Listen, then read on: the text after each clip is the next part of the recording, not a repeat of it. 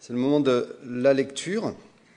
Donc je rappelle, c'est sur Ecclésiaste, partie d'Ecclésiaste, chapitre 1, versets 1 à 11, chapitre 2, versets 1 à 11 aussi, et puis le chapitre 12, versets 10 à 16, le cycle de la vie.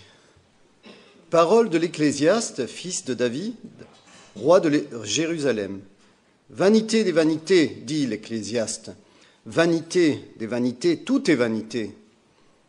Quel avantage revient-il à l'homme de toute la peine qu'il se donne sous le soleil? Une génération s'en va, une autre vient, et la terre subsiste toujours. Le soleil se lève, le soleil se couche. Il soupire après le lieu d'où il se lève de nouveau. Le vent se dirige vers le midi, tourne vers le nord, puis il tourne encore et reprend les mêmes circuits. Tous les fleuves vont à la mer, et la mer n'est point remplie. Il continue à aller vers le lieu où il se dirige. Toutes choses sont en travail au-delà de ce qu'on peut dire. L'œil ne se rassasie pas de voir, et l'oreille ne se lasse pas d'entendre. Ce qui a été, c'est ce qui sera, et ce qui s'est fait, c'est ce qui se fera. Il n'y a rien de nouveau sous le soleil. S'il est une chose dont on dise « vois ceci, c'est nouveau », cette chose existait déjà dans les siècles qui nous ont précédés. On ne se souvient pas de ce qui est ancien, et ce qui arrivera dans la suite ne laissera pas de souvenir chez ceux qui vivront plus tard. Vanité des plaisirs, des richesses et du travail. J'ai dit à mon cœur, allons, je t'éprouverai par la joie et tu goûteras le bonheur. Et voici, c'est encore là une vanité.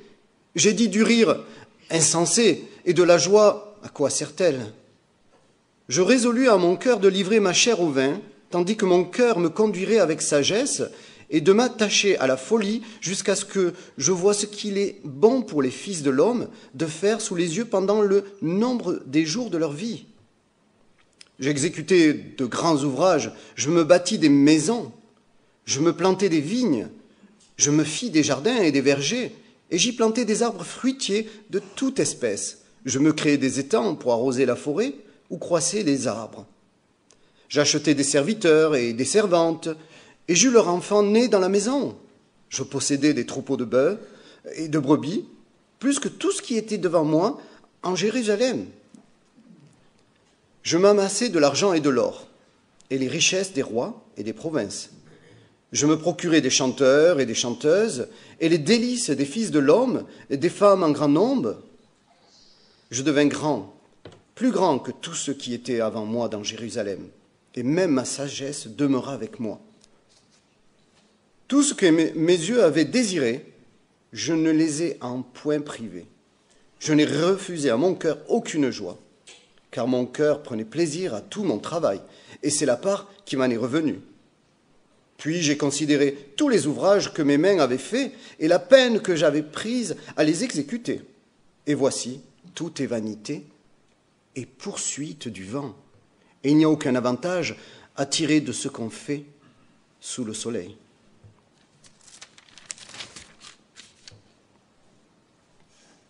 Vanité des vanités, dit l'Ecclésiaste, tout est vanité. La crainte de Dieu est obéissance. Outre que l'Ecclésiaste fut un sage, il a encore enseigné la science au peuple. Et il a examiné, sondé, mis en ordre un grand nombre de sentences. L'Ecclésiaste s'est efforcé de trouver des paroles agréables, et ce qui a été écrit avec droiture, ce sont des paroles de vérité. Les paroles des sages sont comme des aiguillons, et, rassemblées en recueil, elles sont comme des clous plantés. Elles sont données par un seul maître. Du reste, mon fils tire l'instruction de ces choses. On ne finirait pas si l'on voulait faire un grand nombre de livres et beaucoup d'études est une fatigue pour le corps. Écoutons la fin du discours.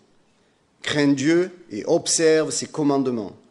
C'est là ce que doit faire tout homme, car Dieu amènera toute œuvre en jugement au sujet de tout ce qui est caché, soit bien, soit mal.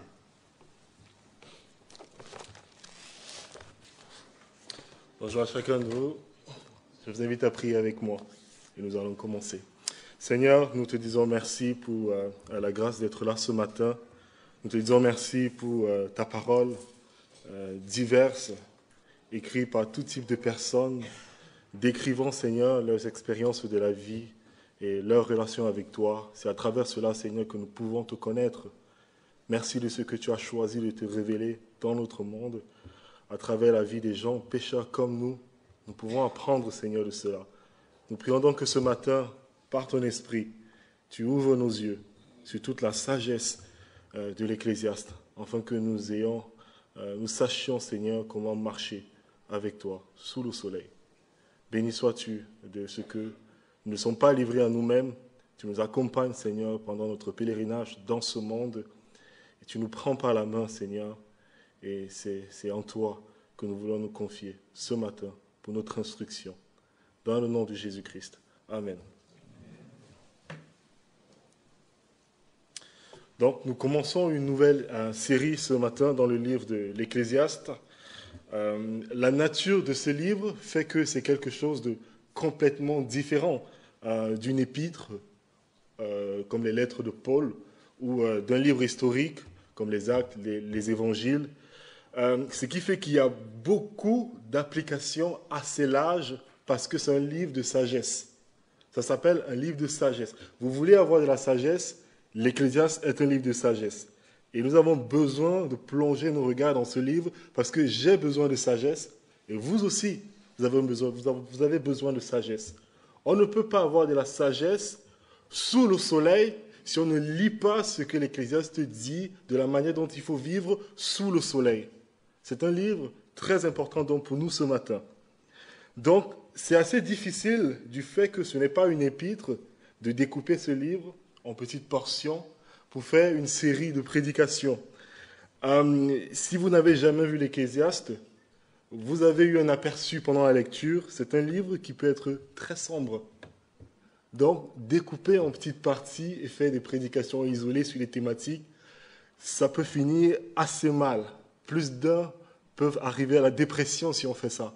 Donc, ce n'est pas ce qu'on va faire ce matin. Le but, ce n'est pas de rendre tout le monde dépressif, mais ce qu'on va faire, c'est qu'on va essayer de parcourir le livre de l'Ecclésiaste.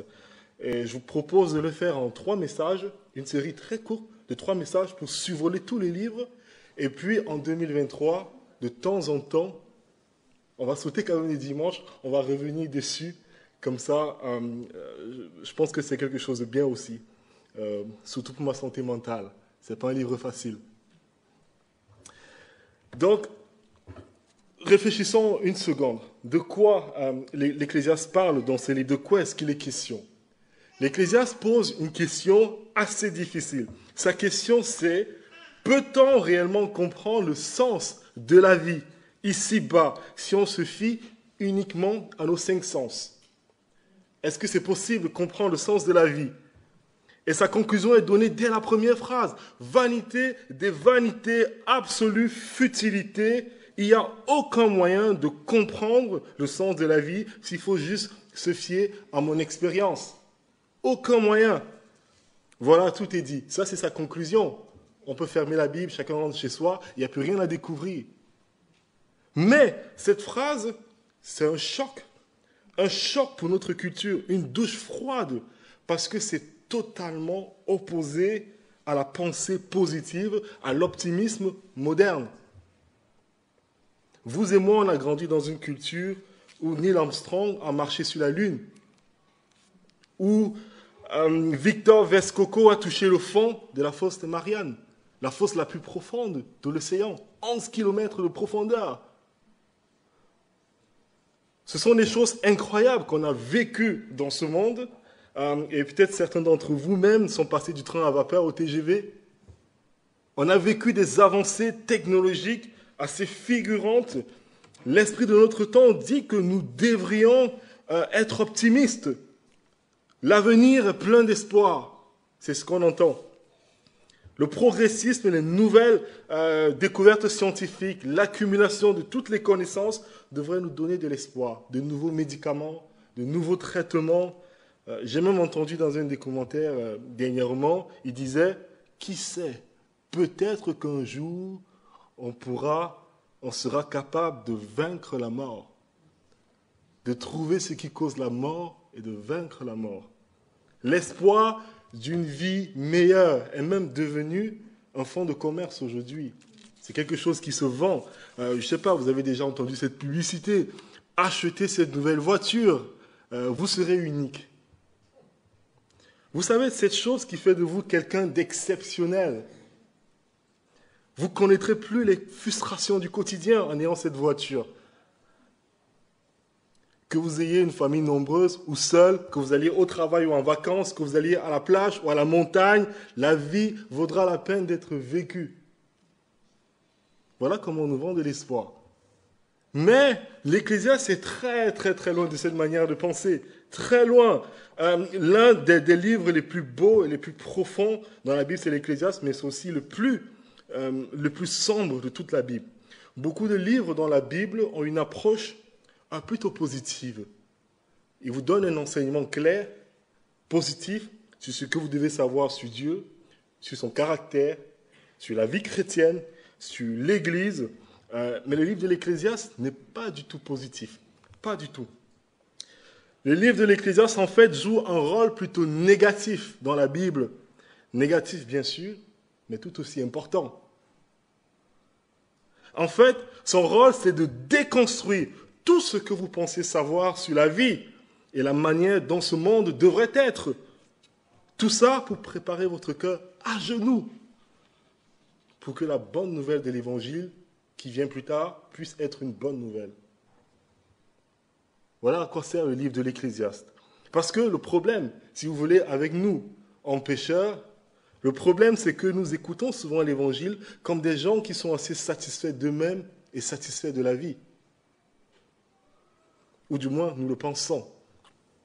Mais même en tant que chrétiens, souvent nous disons que la vie devrait être meilleure parce que nous faisons partie de la nouvelle création. Les choses devraient être mieux quand même. Si vous pensez comme ça, le livre de l'Ecclésiaste sera une bonne douche froide pour vous rappeler que les choses ne sont pas forcément ainsi. Donc, on va juste essayer de parcourir le livre. On ne va pas rentrer en profondeur. En 3 séances, on va parcourir et puis on reviendra sur les thèmes plus en profondeur plus tard. Alors, il y a plusieurs raisons pour lesquelles nous devrions étudier ces livres de l'Ecclésiaste, mais je vais me concentrer sur l'une d'elles ce matin. Il existe un principe, une manière de penser qui est très répandue à l'époque de l'Ecclésiaste. C'est ça qui met en lumière dans son livre et qui existe encore aujourd'hui. C'est ce que j'ai nommé le principe de la religiosité. Le principe de la religiosité. Cette idée est présente chez les religieux, mais aussi chez les non-religieux. C'est le même principe. Alors, voici ce principe. Il dit, je fais quelque chose pour Dieu et en retour, je m'attends à ce que ma vie soit améliorée. Ça marche avec Dieu, mais ça marche avec toute autre chose aussi. Je ne fais rien, sauf si cela peut me procurer, si je peux en tirer quelque chose. C'est ça le principe de la religiosité. Donc le but, c'est que ma vie soit améliorée au final. Et c'est un état d'esprit qui dit essentiellement que le rôle de Dieu dans ma vie est de faire en sorte que tout aille mieux. C'est que j'ai moins de problèmes, le moins de problèmes possible, que je devienne une personne plus heureuse et que j'ai une vie plus excitante au final. C'est ça le principe de la religiosité.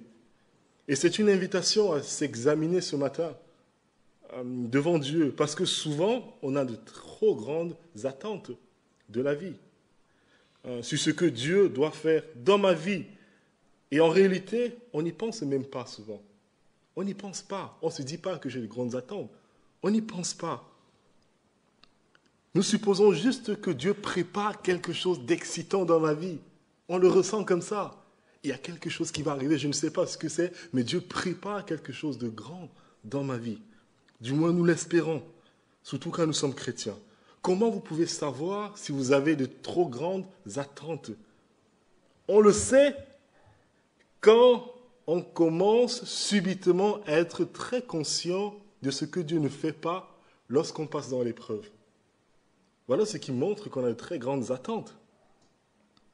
Est-ce que vous savez pourquoi le deuxième volet d'un film n'est jamais autant apprécié que le premier? Vous savez pourquoi? Parce que les gens ont de trop grandes attentes. Je prends un exemple rapidement. La Reine des Neiges. Vous l'avez peut-être vu déjà. J'entendais cette chanson de la Reine des Neiges, vous l'avez sûrement entendue, même si vous ne connaissez pas. Libéré, délivré. Et ce chant sonnait constamment dans ma tête. Du coup, j'ai décidé de regarder le film. J'ai regardé le 1, la première partie. Et puis, je m'attendais à voir quelque chose d'extraordinaire dans le deuxième film. Je l'ai attendu. Et quand je suis allé le voir, la déception. Vous savez pourquoi? C'est pas que le film était mauvais en lui-même. J'avais de trop grandes attentes. Je ne pouvais même pas mettre les mots dessus, mais je m'attendais à quelque chose de grandiose, d'exceptionnel. Et c'est de là que vient la déception. Les gens ne réalisent pas vraiment qu'ils attendent quelque chose d'extraordinaire dans la vie. Vous voyez ce que je veux dire? La vie, c'est comme ça. On aime à penser que nous sommes sages et que nous pouvons contrôler nos attentes. Mais la réalité est que nous vivons avec toutes sortes d'attentes dont nous ne connaissons même pas l'existence, jusqu'à ce que la réalité devienne tout autre et tourne très mal. Alors, tout est dévoilé. C'est vrai pour les films, mais c'est encore plus vrai dans notre vie. Par défaut, nous fonctionnons tous sous ce principe de la religiosité, si on ne fait pas attention. Pourquoi êtes-vous chrétien ce matin? Pourquoi est-ce que vous mettez Jésus en premier dans votre vie? Examinons-nous. Est-ce que j'espère en tirer quelque chose? Comment je réagis lorsque mes prières ne sont pas exaucées comme je voulais? Je prie, aucune différence. Pensez à vos déceptions. Pensez à vos frustrations. Quelle est votre première réaction? Est-ce que vous blâmez Dieu à ce moment-là? Est-ce que vous êtes en colère contre Dieu? Les épreuves ont cette particularité d'exposer nos croyances et nos valeurs fondamentales. Chaque épreuve dans notre vie a cette particularité-là. Réfléchissez bien quand vous passez par les difficultés. Comment vous réagissez? C'est ce que vous êtes réellement. Et ce que ça montre lorsqu'on réagit comme ça, c'est que je suppose que j'ai conclu un marché avec Jésus. Je te sers et toi tu rends ma vie meilleure. Beaucoup d'entre nous faisons face en ce moment même peut-être à des frustrations. Et si ce n'a jamais été le cas pour vous, vous allez connaître des moments dans votre vie où il devient difficile de croire en Dieu, ou de croire que Dieu est bon, ou qu'il se soucie de vous. Lorsque vous entendez souvent les gens dire « Ah, la foi chrétienne, c'est pas... J'ai essayé la foi chrétienne, ça n'a pas marché pour moi. » Qu'est-ce qu'ils sont en train de dire? Ce principe de religiosité dirige leur vie. Je dois en tirer quelque chose. C'est pour moi. Mais l'Ecclésiaste va donner une autre perspective. Il va transformer nos interrogations. Et si Dieu n'était pas le problème?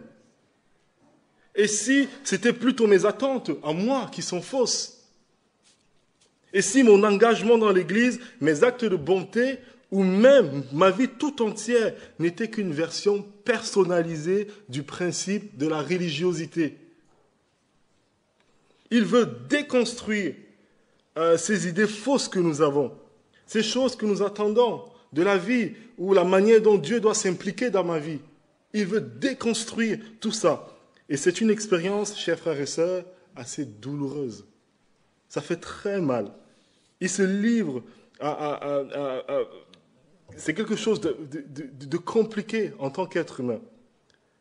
Mais c'est aussi une bouffée d'air, je pense, pour beaucoup d'entre nous. Parce qu'enfin, il y a quelqu'un dans la Bible qui met des mots sur ces choses qu'on voit chaque jour, qu'on vit et dont on ne parle pas.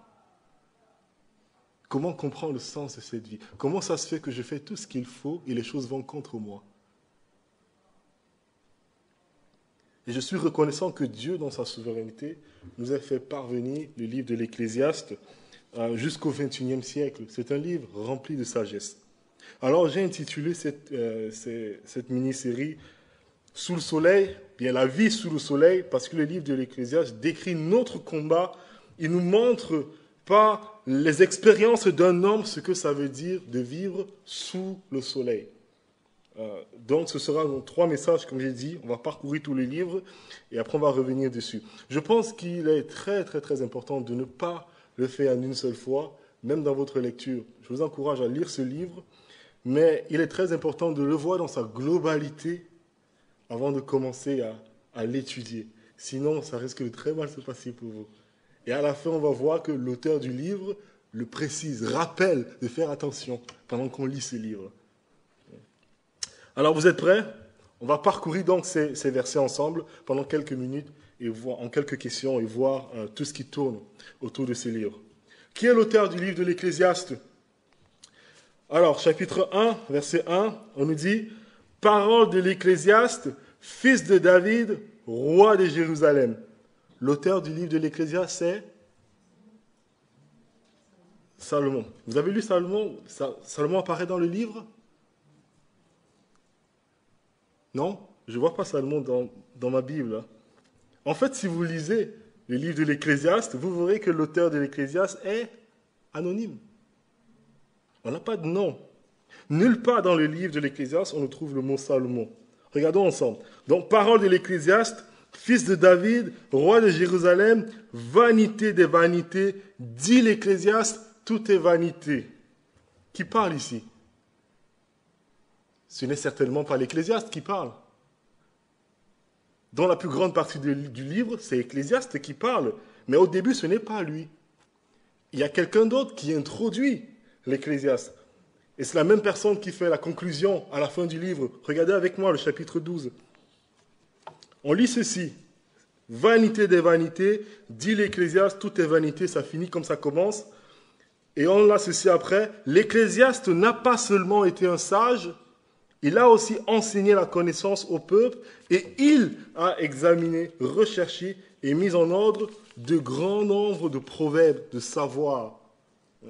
Et c'est ça que l'auteur nous retransmet justement dans ce livre d'Ecclésiaste. Si vous voulez une image, une illustration pour comprendre ce qui se passe ici, c'est un peu comme si vous étiez assis avec votre grand-père, vous êtes assis avec votre grand-père sous la véranda, et votre grand-père vous raconte tout, il vous parle de la vie, du fonctionnement de la vie ici-bas. Il veut vous donner de la sagesse. Alors, pour que ce soit pertinent, ce que votre grand-père va vous dire, qu'est-ce qu'il fait? Il va vous raconter l'histoire et l'expérience d'un homme sage qui a vécu. C'est quelqu'un qui a vécu tout ce qu'un homme peut rêver vivre sous le soleil. Donc, il va raconter l'histoire d'un homme qui est sage, et votre grand-père l'appelle l'Ecclésiaste, l'enseignant, le prédicateur, le sage. Il va vous raconter l'expérience de ce grand sage, et à la fin, votre grand-père aura quelques mots de conclusion pour s'assurer que vous n'avez pas mal compris ce que l'Ecclésiaste, le sage, le prédicateur voulait vous faire comprendre dans son histoire. Et on va revenir un peu plus tard dessus, mais il dit en gros, les enseignements de l'Ecclésiaste ont été mis par écrit, ça a été rassemblé. Ce n'est pas facile à vivre quand tu vas lire ça, c'est assez difficile, ça fait très mal. Puis il va dire, mais tu dois retenir quelque chose de tout ça, c'est de marcher avec Dieu. Et on va le voir dans un instant. Donc l'auteur, votre grand-père qui raconte l'histoire, il est anonyme, on ne sait pas qui c'est, je ne sais pas qui c'est. Donc ça c'est celui qui a écrit le livre. Mais maintenant qui est l'Ecclésiaste lui-même, parce que l'auteur du livre n'est pas forcément l'Ecclésiaste. Même si toute la partie où l'Ecclésiaste parle, c'est l'Ecclésiaste qui a écrit. Maintenant, il faut savoir qui est l'Ecclésiaste. Revenez avec moi au chapitre 1. Donc, l'Ecclésiaste nous est présenté par l'auteur comme quelqu'un qui est fils de David et roi de Jérusalem. Et c'est la raison pour laquelle beaucoup pensent que c'est Salomon. Regardez avec moi le chapitre 16. Le chapitre 1, verset 16, nous aurons l'occasion de rentrer dans le livre même, mais on va juste voir le contexte. Donc, l'auteur, il n'est plus là, et c'est l'Ecclésiaste qui parle ici. Il dit, « Je me suis dit, j'ai augmenté et développé la sagesse plus que tous ceux qui ont dominé avant moi sur Jérusalem, et mon cœur a vu beaucoup de sagesse et de science. J'étais plus sage, plus riche, plus puissant que tous ceux qui étaient à Jérusalem avant moi. Et si vous connaissez les rois de l'Ancien Testament, combien de rois y a-t-il eu à Jérusalem avant Salomon? Vous avez une idée? 2 à Jérusalem. Un seul. David, son père. Parce que c'est David qui a établi Jérusalem comme capitale de la nation israélite. Et David qui a rassemblé les 12 tribus pour en faire une nation. Et c'est assez étrange qu'ils disent « tout le monde avant moi à Jérusalem », c'est-à-dire mon père. Mais ce n'est pas impossible. Mais ma position sur ce sujet, et vous n'êtes pas obligé d'être d'accord, ça c'est ma position, ce n'est pas une parole d'évangile, on peut bien comprendre le texte sans ça, c'est qu'il s'agit de Salomon, tout simplement. Il s'agit du roi Salomon. Et ça aide beaucoup à comprendre que l'Ecclésiaste, en fait, c'est le roi Salomon. Ce sont les souvenirs de Salomon, les enseignements préservés de Salomon qui ont été mis ensemble par un auteur inconnu. Mais pourquoi Salomon décide de ne pas mettre son nom dans le livre? Je pense qu'on ne le saura jamais sous le soleil, mais c'est très intelligent. Parce que vous et moi sommes invités ce matin à voir la vie comme si nous étions Salomon. Comme si vous étiez le roi, l'un des rois les plus puissants et les plus influents et les plus sages qui n'ait jamais existé. Si quelqu'un peut aborder la question du sens de la vie sous le soleil, la personne la plus qualifiée dans l'imaginaire biblique, c'est le roi Salomon. Si quelqu'un a réussi à faire de ses 70 ans ici sur terre, pour les plus chanceux, si quelqu'un a réussi à faire de sa vie sur cette terre quelque chose d'impressionnant, c'est le roi Salomon. L'Ecclésiaste, c'est le journal intime de Salomon, un homme qui a eu tout ce qu'un être humain peut rêver. Il a vécu toutes les expériences qu'un humain peut rêver avoir. Et nous allons donc explorer la vie comme si nous étions dans les chaussures de Salomon dans cette série. Et voyons maintenant quel est le thème du livre. Qu'est-ce que Salomon dit? Quel est son thème principal? Verset 1, vanité des vanités. Voilà le thème principal de Salomon. Vanité, c'est le mot central qui est répété 40 fois dans le livre, tout au long des 12 chapitres. C'est le mot clé si vous voulez comprendre le message de l'Ecclésiaste. Tout tourne autour de ce mot, vanité. Vanité, c'est le mot qui est choisi dans la traduction française. C'est une bonne traduction, mais le problème, c'est que ça ne rend pas pleinement compte de tout le sens originel du mot. Aujourd'hui, vanité, quand on pense à vanité, c'est ce jeune garçon qui se balade dans la rue avec une belle voiture et qui met la musique à fond. Vanité des vanités. Ou bien cette jeune fille qui met 1 kilo de maquillage sur le visage pour paraître belle. Vanité. C'est à ça qu'on pense, en général. Mais le mot ici, en hébreu, est hevel. Hevel, littéralement fumée ou vapeur. Tout est hevel, tout est fumée. Vapeur. Salomon dit, j'ai vu ce gars qui était vraiment riche et il est mort, tout comme le pauvre. C'est Hevel. J'ai vu un homme juste, il était vraiment bon et tout le monde l'aimait, mais ensuite, il perd tous ses enfants, des choses horribles lui arrivent, c'est Hevel. Donc, c'est ça la première signification du sens. Et une chose qui est bien, c'est que quand je me souviens de mon enfance, tout ce que j'ai retenu, c'est ce qui était fait en image. Je vais essayer de reproduire de la fumée, sans brûler la salle, bien sûr. Et vous allez voir ce que ça signifie, hevel.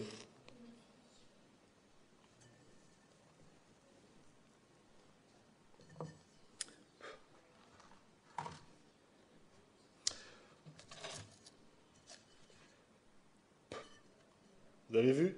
Hevel. Ça monte, ça disparaît. Hevel. C'est ça, vanité, heaven. Et donc, c'est la première signification de ce mot. Les choses ne durent pas. On a l'impression de voir quelque chose, mais en fait, ce n'est pas vraiment ce qu'on voit. Ça disparaît aussitôt. Et c'est la première signification que Salomon va attacher à ce mot heaven. Mais il y a un autre sens un peu plus complexe du mot heaven. C'est ce qu'on voit au chapitre 8. C'est la signification paradoxe ou énigme. Quelque chose qu'on pense comprendre, mais qu'on ne comprend pas. Dans le chapitre 8, par exemple, il dit il y a de bonnes personnes qui obtiennent ce que les méchants devraient obtenir. Et des méchants qui obtiennent ce que les bonnes personnes devraient obtenir. Tout ça, c'est Hevel. Qu'est-ce qu'il veut dire? Tout ce qu'il veut dire, c'est quoi? C'est que la fumée monte, on pense qu'on peut la saisir, on pense qu'on peut comprendre, on a l'impression que c'est quelque chose, mais en fait, ce n'est rien. Il n'y a pas d'incident. On va arrêter l'expérience pour aujourd'hui. Mais la fumée monte, on la voit, on veut la saisir, mais rien. C'est ça, Hevel. On veut saisir, on pense comprendre de quoi il s'agit, mais ce n'est pas vraiment le cas. Tout est Hevel. Vous pouvez la voir, vous pouvez la regarder, mais en fait, c'est de l'air. On expérimente beaucoup de choses dans ce monde. Mais au moment où j'essaie de donner un sens, de comprendre, de saisir, oups, ça m'échappe. Tout d'un coup, ça m'échappe. Et c'est ce que l'Ecclésiaste dit de la vie sous le soleil. Nous tous, par exemple, on a une certaine notion de la justice dans nos vies. Quand on parle de justice, on sait ce qu'on entend. Ce genre de choses ne devrait pas arriver à des gens de bien, mais ça arrive quand même. Les gens méchants ne devraient pas avoir ce que les gens bons méritent, mais ils l'ont quand même. Si tu fais une certaine chose, tu dois obtenir un certain résultat. Si tu fais la bonne chose, tu dois avoir un bon résultat. Tu fais la mauvaise chose et tu obtiens ce que tu mérites. C'est comme ça qu'on pense que le monde devrait fonctionner. C'est comme ça que le monde devrait fonctionner. Mais est-ce que ça marche tout le temps dans nos vies? Dites-moi, parce que je n'ai pas l'impression que c'est le cas dans ma propre vie. Eh bien, vous voyez, tout ça, c'est Hevel. Tout est Hevel. Difficile de saisir le sens de la vie avec tout ça. Vous ne pourrez pas prédire ou anticiper la plus grande partie de votre vie, ici-bas. C'est Hevel. Regardez le verset 3. Quel avantage l'homme retire-t-il de toute la peine qu'il se donne sous le soleil? Mais on a l'impression qu'il se contredit, ou on a l'impression qu'il contredit le reste de la Bible. Pourquoi on a l'impression que tu fais la justice et tu n'as pas le résultat qui va avec? Mais je pense qu'il y a un lien entre les livres de la Bible, les livres de sagesse surtout dans la Bible. On a l'impression qu'ils se contredisent un peu tout le temps. Mais ce n'est pas le cas. Lisons un peu le livre des Proverbes. Si vous avez lu le livre des Proverbes, vous avez l'impression que tu fais quelque chose et tu obtiens le résultat qui va avec. Je vous lis ce texte qui est assez célèbre. Proverbe 3, versets 5 à 8. « Confie-toi en l'Éternel de tout ton cœur et ne t'appuie pas sur ton intelligence. Reconnais-le dans toutes tes voies et il rendra tes sentiers droits. Ne te prends pas pour un sage, crains l'Éternel, détourne-toi du mal. Cela t'apportera la guérison à ton corps et un rafraîchissement à tes os. » Ça ressemble à une bonne affaire, n'est-ce pas? Juste crains l'Éternel, tout ira bien. La santé, les os solides, tu n'auras même plus besoin de vitamine D. Tout est clair, bien rangé, c'est génial, trop bien. Mais le problème, c'est que le livre des Proverbes est un livre de proverbes. C'est un livre de proverbes. Et malheureusement, dans beaucoup de milieux chrétiens, aujourd'hui, et même dans l'histoire de l'Église, le livre des proverbes a été pris comme un livre de promesses. Mais ce n'est pas le cas. Les proverbes disent simplement comment la vie a tendance à se dérouler la plupart du temps en fonction de nos choix. Si vous êtes intègre, vous avez une bonne éthique du travail, par exemple, vous êtes quelqu'un qui travaille dur, vous cultivez des relations saines, vous avez du caractère et de la vertu, les choses ont beaucoup de chances de se dérouler mieux pour vous, sous le soleil. Par contre, si vous êtes débauché, tricheur, voleur, il y a beaucoup de chances que les choses se passent mal pour vous. Mais est-ce que c'est toujours le cas, dit l'Ecclésiaste? Non. On peut tout faire bien et récolter le contraire. On n'arrive pas à saisir le sens de la vie avec ça. Tout est Hevel. Celui-ci, c'est mon préféré. La lumière des justes brille joyeusement, tandis que la lampe des méchants s'éteint. Trop facile. C'est génial parce que si vous faites le mal, si vous n'honorez pas Dieu, votre lampe va s'éteindre. Et c'est comme ça que la vie se déroule sous le soleil. Mais est-ce que c'est toujours le cas? Le livre de Job arrive et nous dit combien la lampe des méchants s'éteint? Pas du tout. Regardez ce que Job dit.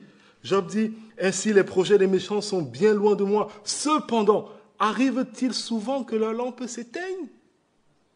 Que la misère s'abatte sur eux? Que Dieu leur distribue leur part en fonction de sa colère? Qu'ils soient pareils de la part emportée au vent et la balle enlevée par le tourbillon? Il est perplexe, il se pose des questions. Ce qu'il voit, il ne comprend pas. C'est le sens de hevel. Tout est hevel. Et l'Ecclésiaste arrive juste après. J'ai vu pendant ma vie sans consistance un juste mourir du fait de sa justice, on l'a déjà vu, et un méchant prolonger son existence par sa méchanceté. Tout est hevel. C'est compliqué.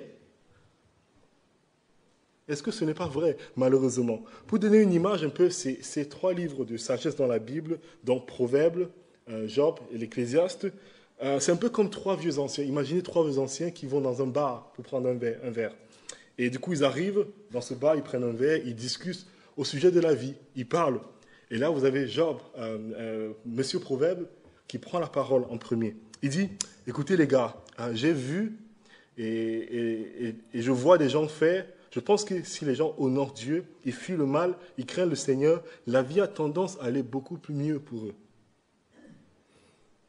Et là, vous avez Monsieur Ecclésiaste à côté, qui est un peu cynique, qui dit, ah non, attends, tu vas beaucoup trop vite. Tu vas beaucoup trop vite. Je suis d'accord avec toi sur le fond. Je suis d'accord avec toi. Dans la vraie vie, ce n'est pas toujours le cas, malheureusement. Quand on se fie que à nos sens, ce n'est pas toujours le cas. Ce que je vois, ce n'est pas toujours le cas avec mes yeux. Et si tu ne me crois pas, voilà des exemples. J'ai vu ça, j'ai vu ceci et j'ai vu cela. Voilà à quoi sert l'Ecclésiaste. Donc les 3 livres de sagesse dans la Bible sont importants. Et ils sont là pour nous donner une compréhension globale de ce que ça signifie être un être humain dans un monde déchu et comment être en relation avec Dieu, qui est plus grand que tous, dans ce monde déchu, sous le soleil.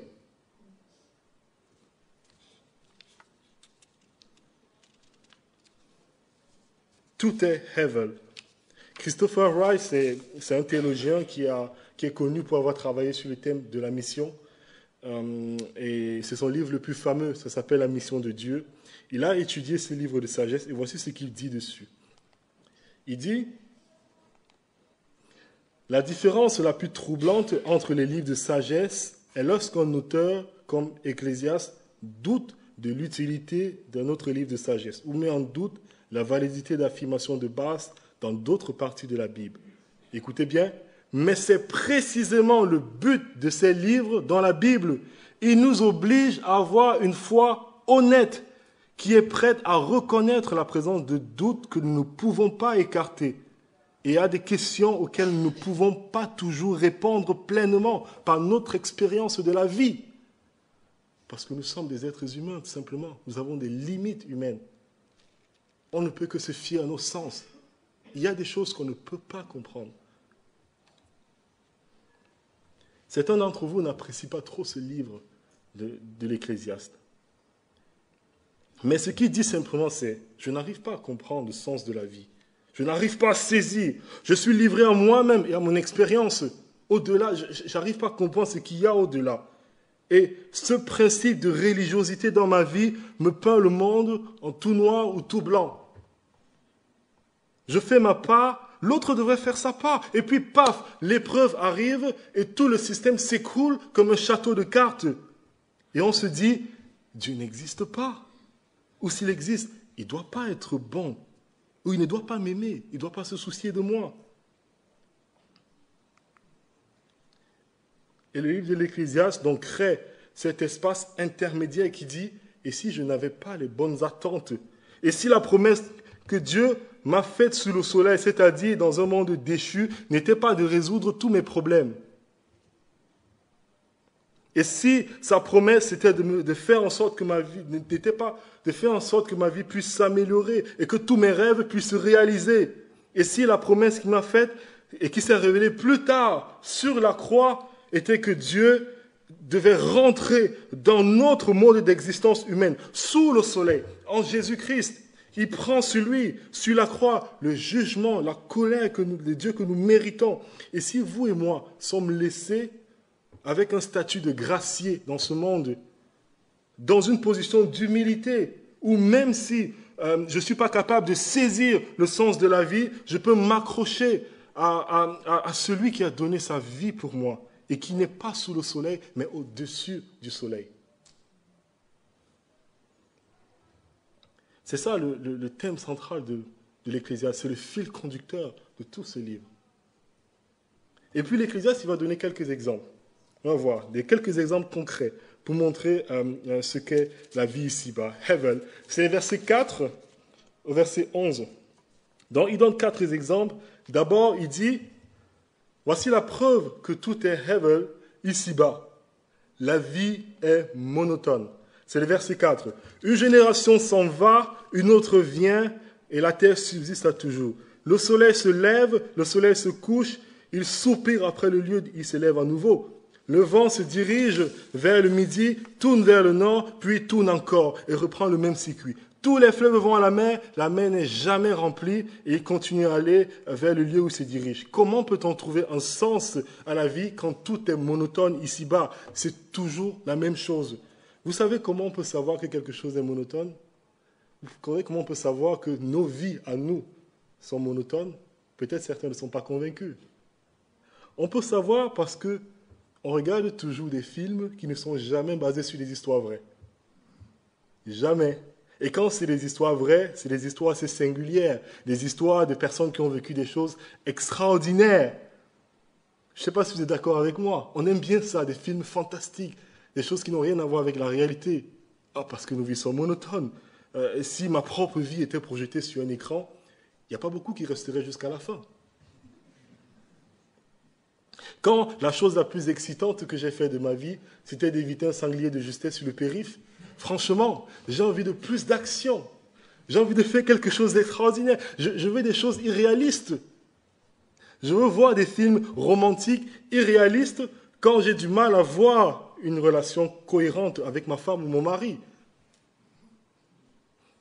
Parce que ce n'est pas réel, parce que ma vie est toujours la même, monotone. Et la deuxième chose qu'il dit, c'est que rien ne satisfait vraiment dans ce monde. Regardez verset 8. Toutes choses sont en travail, et au-delà de ce qu'on peut dire, l'œil ne se rassasie pas de voir, et l'oreille ne se lasse pas d'entendre. Comment trouver une direction dans ma vie si rien ne satisfait vraiment? Je suis toujours à la recherche de plus, encore plus et toujours plus. Et troisième chose, rien ne surprend plus. Je m'ennuie, je me lasse rapidement. Il n'y a plus rien de nouveau sur le soleil. Peut-être vous allez vous dire, non, si Salomon était là et qu'il avait vu un iPhone, il aurait dit, ça c'est nouveau. Mais si vous réfléchissez bien, ce n'est pas vrai. Parce qu'il y a une théorie dessus qui dit en fait que tous les appareils technologiques qu'on a ne sont que des prolongements de nos sens. Avec un téléphone portable, on peut parler un peu plus loin que ce qu'on a l'habitude de faire. C'est nouveau? Non. C'est juste un gadget qui étend, si vous voulez, nos propres capacités humaines. Tout ce qui est créé technologiquement ne sont que des reproductions de ce que l'homme a vu dans la nature. Qu'est-ce qu'il y a de nouveau sur le soleil? Ça prend différentes formes, tout simplement. Je m'ennuie. Ce qui a été, c'est ce qui sera. Ce qui s'est fait, c'est ce qui se fera. Il n'y a rien de nouveau sur le soleil. S'il est une chose qu'on dise, voici ceci c'est nouveau, cette chose existait déjà dans les siècles qui nous ont précédés. En d'autres termes, comment je peux comprendre le sens de la vie ici-bas si je m'ennuie autant? S'il n'y a rien d'excitant. J'ai envie de faire quelque chose de ma vie. Et puis quatrièmement, tout passe et on oublie.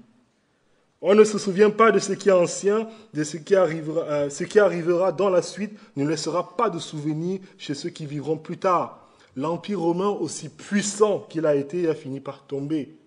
Et aujourd'hui, il faut faire des études pour comprendre comment ils vivaient avant. Toutes les grandes nations, empires et royaumes ont connu un apogée, puis un déclin.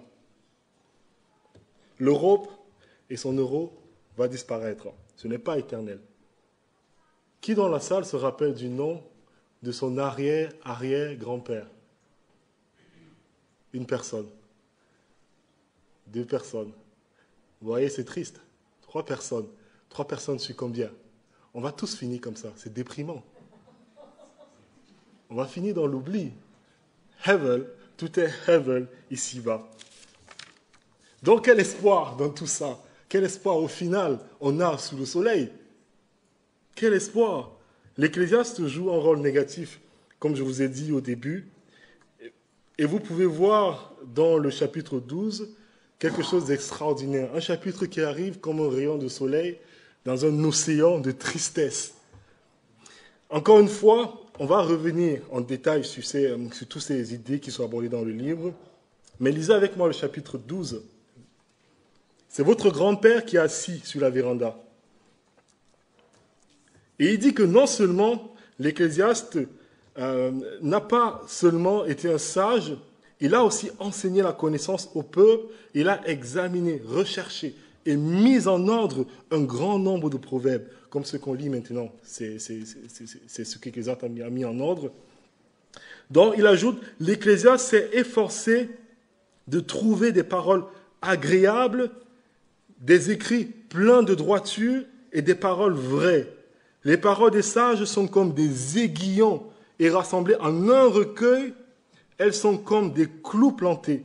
Elles sont données par un seul berger, littéralement par un seul berger.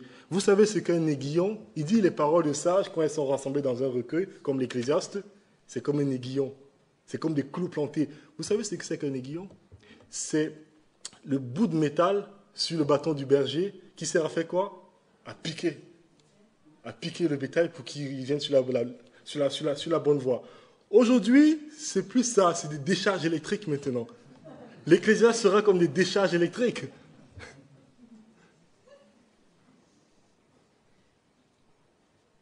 L'Ecclésiaste va faire mal.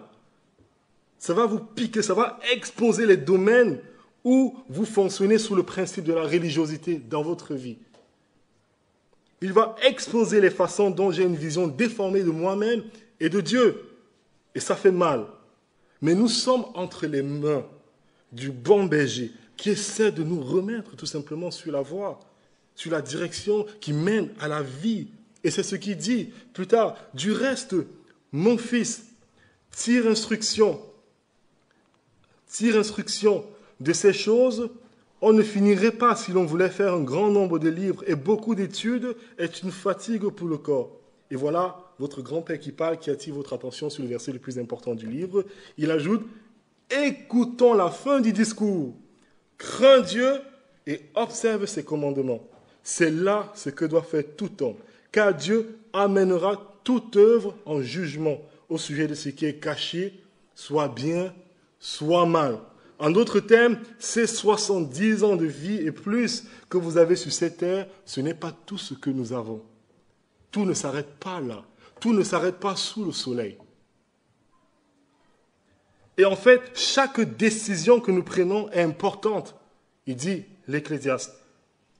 Je ne comprendrai peut-être jamais pourquoi certaines épreuves entrent dans ma vie, pourquoi ceci ou cela m'est arrivé, alors que je sers le Seigneur, alors que je ne fais de mal à personne. Mais cela ne veut pas dire qu'il n'y a pas un sens à tout ça. Ne tombons pas dans le principe de la religiosité, parce que c'est l'inverse de l'Évangile, tout simplement, dit l'Ecclésiaste. L'Évangile me dit que Dieu a un plan pour ce monde et qu'il m'appelle à y jouer un rôle dans ce projet, dont le point culminant est la mort et la résurrection de notre Seigneur Jésus-Christ sur la croix. L'Évangile me dit que ce n'est pas moi qui invite Dieu dans ma vie pour qu'elle se déroule bien. Ce n'est pas ça l'Évangile, mais c'est Dieu qui m'appelle à un projet bien plus grand que moi. C'est un privilège. Dieu aurait pu se passer de nous. Il aurait pu accomplir cette justice par les œuvres que nous voulons en punissant sévèrement notre péché. Dieu a choisi de ne pas agir avec nous selon le principe de la religiosité en nous donnant ce qu'on mérite, la mort. Parce que oui, nous méritons la mort par notre péché. Nous avons détruit ce monde sous le soleil que Dieu a fait. Mais lui, il a envoyé son Fils sous le soleil afin de nous amener au-delà du soleil. N'est-ce pas glorieux? Que le Dieu de toute grâce vous bénisse et vous encourage à la lecture de ce livre. C'est mon but ce matin, ce n'est pas vous dire ce que vous devez faire et comment vous devez penser, vous encourager vous-même, à travers vos propres expériences, à lire ce livre de l'Ecclésiaste à la lumière de cette étude ce matin, de comprendre, d'exposer vous-même quels sont les domaines de votre vie où vous fonctionnez selon ce principe de la religiosité. L'Ecclésiaste, c'est la mauvaise nouvelle avant la bonne nouvelle. C'est la nuit avant Noël. Et moi, je suis en train de corriger toutes ces fausses attentes dans ma vie. Et je peux vous dire que ça me pousse à vouloir dépendre encore plus de Dieu. Et je crois que c'est la parole de Dieu pour vous ce matin. Amen. Je vous invite à prier. Seigneur, nous te bénissons pour ce livre de l'Ecclésiaste et la grâce que tu nous donnes, Seigneur, de l'avoir dans le canon biblique, dans notre Bible. Nous voulons, Seigneur, te prier d'ouvrir, Seigneur, nos yeux spirituels afin que nous voyions la grandeur et la profondeur des écrits de Salomon. Nous te bénissons pour cet homme, pour la manière dont tu as conduit sa vie dans ta souveraineté. Ce que nous retenons de l'histoire, c'est toutes les choses terribles qu'il a fait. Mais nous retenons aussi, Seigneur, que tout cela était conduit par toi. Dans ta sagesse, tu as voulu, Seigneur, nous rapporter l'expérience de cet homme, de voir tout ce qu'il a essayé, toute la poursuite de la joie, comment il a donné son cœur au plaisir, à toutes ces choses. Et au final, tout est heaven. Nous te prions, Seigneur, que tu nous aides à vivre une vie qui te glorifie dans ce monde, de ne pas tout centrer sur nous et la manière dont nos vies devraient être extraordinaires ou améliorées, mais juste de compter sur toi et de vivre la part que tu nous donnes dans ce monde avec joie, sachant que tu es souverain sur toutes choses. Au nom puissant de Jésus-Christ, aide-nous, Seigneur, dans la lecture de ce livre, pendant la semaine, pendant nos moments libres, Seigneur, que nous ayons la joie de voir à quel point Jésus-Christ est venu donner un sens à nos vies. Au nom de Jésus-Christ. Amen.